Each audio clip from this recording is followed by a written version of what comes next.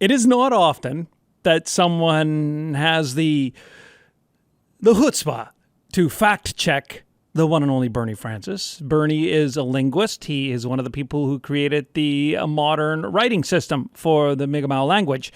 So he speaks with and carries himself with some considerable authority. However, after he spoke on this program last week about the meaning behind some place names in this province, we did get a call on the main line. Actually, 2 calls from someone who wanted to comment on Bernie's take on the name Kejimkujik, and also on our recent conversation about the possibility of sinking that statue of Edward Cornwallis into the harbor. So this is what we heard on our answering machine. Hi, it's Shelley Martin calling. I live in Fall River, Nova Scotia, but I am a Millbrook band member. I just want to say I have 2 comments. First of all, Jeff, I think Bernie was trying to hoodwink you on what the meaning of Kejimkujik is. And I have a really good friend. She's a lawyer, and her dad was a Mi'kmaq linguist and had a very different explanation for us about what Kejimkujik meant when we were younger. Anyway, it might be something that you want to talk to Bernie about in private, but there's kind of the official line about what it means, and then there's the real deal. But I'll leave you to explore that on another day. The other thing I wanted to mention is actually I wanted to speak just in response to the kerfuffle that was caused about the proposal of having the Cornwallis statue lowered into the harbor as a diver's destination. And just a comment made by one of your callers was that maybe the better option would be to have Cornwallis placed in an institution with, representation of the conquered people. And I don't know, as a Mi'kmaq, I just feel like maybe we should be moving a bit beyond the terminology of conquered people. There's nothing wrong with referring to us as Mi'kmaq because, in fact, we never were conquered, either through battle or through treaty. Our treaties are of peace and friendship. And I just wanted to challenge that language and maybe challenge the caller to think maybe a little more broadly about the choice of language. Anyhow, those are my comments. I hope you all have a good day. Melton. Hey, Jeff, it's Shelley Martin calling again from Millbrook. So, not to be mean and exclusionary, I'll just let you know, the story I was told about the meaning of Kejimkujik is actually, if you've ever paddled that lake, it's very shallow and it's very rough. And my understanding of that phrase means roughly that it's a place where men's nether regions are are chapped, as a result of the water and the movement of paddling. If you can imagine paddling on your knees and getting wet and trying to fight the waves on that lake. And if you haven't done it yet, I encourage you to do it on a day where you're fully hydrated and you got some weight in your canoe. It's quite a wild ride in the wind. And I've had the pleasure of doing it with my kids, backcountry camping there. Anyway, that was the big joke. I heard that little tidbit about what it actually means from Naomi Metallic and her father, Manny Metallic, who's, passed away a few years ago. And there's always room for interpretation and dialect, across communities. But that was certainly, something that we have been told. Anyway, you can take that up with Bernie privately later on, and he can tell you if I'm off the mark or not. Bernie also is responsible for translating. When I was called to the bar, I was the first to swear under the new act in English and Mi'kmaq. And Bernie was the one responsible for translating our oath, or my oath, into Mi'kmaq for me. He did a great job. So anyway, I just want to say, generally, a general comment is that I really love that section, and I commend you for your attempt at speaking the language. I think it's fantastic.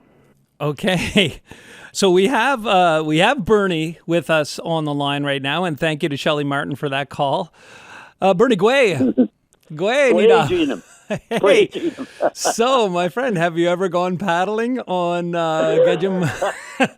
Kejimkujik? Yes, but How did you come away? How did you fare? not to the extent where Shelley Martin says that I was chapped or by. Actually, first of all, let me correct a couple of things. Okay. I know Naomi Metallic really well. She's a lawyer, true. Her father was a lexicographer, and he's from Restigouche, Quebec. I knew him well. We had a lot of fun times together. He was a real good guy, you know. His name was Manny, or Manuel Metallic was his name. Mm-hmm. Real good fellow. Unfortunately, he died years ago. But we got to know each other well, and we were great friends. But he was a lexicographer more than a linguist. Okay, so does that then account for maybe these fairly broad differences in the interpretation of Kejimkujik or Kejimkujik between yours, which is place of the little fairies, and or Shelley's, which is place of the chapped testicles? Chapped testicles, exactly, yeah. Well, the fact is, Manny and I had a great laughs. It was he who asked me at one point, what does that mean? And at that point, because this was early, this was in the 70s, and at that point, I didn't know exactly what Kejimkujik meant at the time. Okay. So I said to him at that time, geez, I'm not really sure, Manny, but I suspect it could mean Kejimkujik, and we had a great laugh over it because he immediately understood that to mean sore parts, as in testicles, you see. I see. It wasn't that at all. And then the other mistake I made was I was asked by a prominent author here in Halifax what that meant. And at that time, still, I gave that to her. I gave her the part that the word that actually means sore parts, again, meaning testicles. Right. But it really didn't mean that. I'm going to take most of the responsibility, but I also blame my older brother because we had a great laugh over that too. So it was supposed to mean that when the Mi'kmaq men were canoeing around, they would say, the people would say Kejimkujik. It's called Kejimkujik or sore parts because the men would have to be on their knees in the canoe and paddle. And after, paddling some shallow waters, as Shelley mentioned, they eventually develop, sore parts. But that is completely untrue. And it's my fault for having given it. You were responsible for this fallacy, as it were. I am responsible for it, and I'm totally guilty. Okay. And but it was published, you see. Oh. And when it was published, and I didn't realize this was going to happen. I didn't know it was going to be published in a book. Yes, I know. I'm guilty. No. Like, if you are the foremost authority on a language, you can't, I don't think, you can't afford to joke to authors. There's another one I'll give you in a minute once we deal with this one. Okay, so let's talk through then, because what I'm hearing is Kejimkujik, which is the sore parts. Right. And that's the one, that Q in the middle gives you that velar, or the better known as the guttural sound. Hojik. So you're saying it absolutely correctly when you say Kejimkujik. So that, and you're right. That's the part that means sore parts, absolutely. But that is not the word for Kejimkujik. No. The correct word for the part is Kejimkujik. So, Kejimkujik. Exactly. Now, listen to the two of them. The part is Kejimkujik, and the word for sore parts is Kejimkujik. Yes. They're very close. They're very close, and that's why we had worlds tremendous apart. amount of fun with it. So the Kejim is that is place of, I'm assuming. Well, it depends on which word you're giving me. Oh. Are you giving me sore parts, or are you giving me the part? No, but is it Kejimkujik? Yeah. That's the place of the little fairies. But yes, Kejimkujik is place of the sore parts. Not place, but sore parts. Oh, just sore parts. Sore parts. I see. Okay. It doesn't say anything about place, and in fact, it doesn't really specifically refer to testicles. It could be sore kidneys. It could be, sore whatever, as long as there's two of them or more, you see. It's a pluralized word. However, when you say sore parts in Mi'kmaq, when you say Kejimkujik, people laugh right away because they immediately, with the Micmac mind and our laughter, it's a tremendous amount of laughter in the Mi'kmaq world, they'll get a kick out of that and interpret it to mean sore testicles, but it really, that's exactly what it means. But that is not the word for park. The word for park is Kejimkujik. Right, okay. But really, no way of knowing if the fairies have sore parts or not. It could both be true, right? Good point, Jeff. So many unknowns. Bernie, thank you for taking the time to clear this up. And once again, thanks to Shelley Martin. And I'm sure you picked up there on the end her shout out to you for translating the oath when she was called to the bar. Oh, thank you. Yes. But listen, there is one thing I'd like to clear up before you get away on me now. When you say Kejim and you say, does that mean place of? No. When you say Kejim, it means sore. Okay.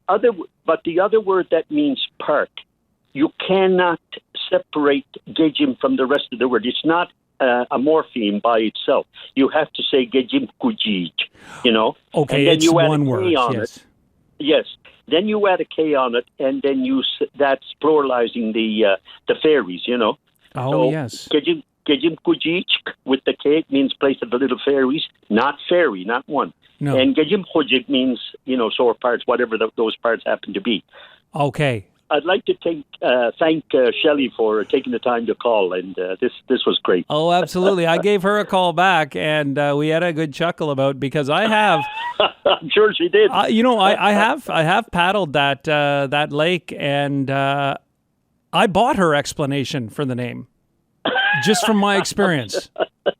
I thought that makes as much sense to me as the place of the small fairies. Well, that's great. That's great. You can take it whichever way you want. Bernie, everything turns into a learning moment with you. Of course. Yeah, my friend. Nemultis. Okay. Okay, well, Aline. Ciao, Bernie. Okay. Bernie Francis is, of course, a linguist, a Mi'kmaq elder, and apparently something of a joker. This is CBC.